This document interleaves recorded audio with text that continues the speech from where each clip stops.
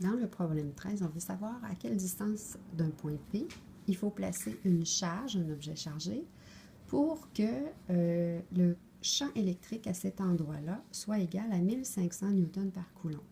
La charge dont on dispose, elle, mesure 5 par 10 à la moins 5 coulombs.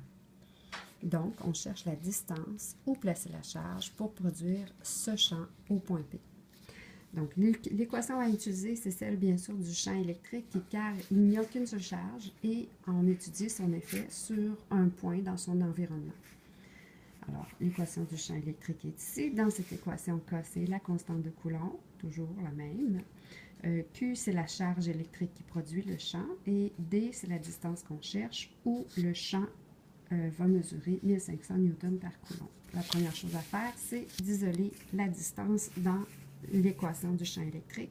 On obtient donc la distance est égale à la racine de KQ sur E. On fait la substitution des valeurs, donc K, c'est la constante de Coulomb, Newton mètre carré par Coulomb carré, multiplié par la charge, 5 par 10 à la moins 5 coulombs, et tout ça divisé par 1500 newtons par coulomb.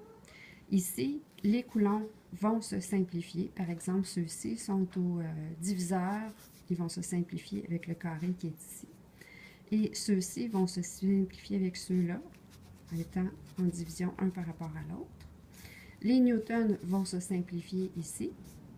Il va donc me rester dans mon équation des mètres carrés seulement, ce qui est parfait, puisque quand je vais effectuer cette opération, je vais obtenir 300 mètres carrés. Et je dois en dernier prendre la racine carrée, donc ça me donne la distance à laquelle je dois placer la charge pour obtenir un champ de 1500 newtons par coulomb, c'est-à-dire la distance, c'est 17,3 mètres.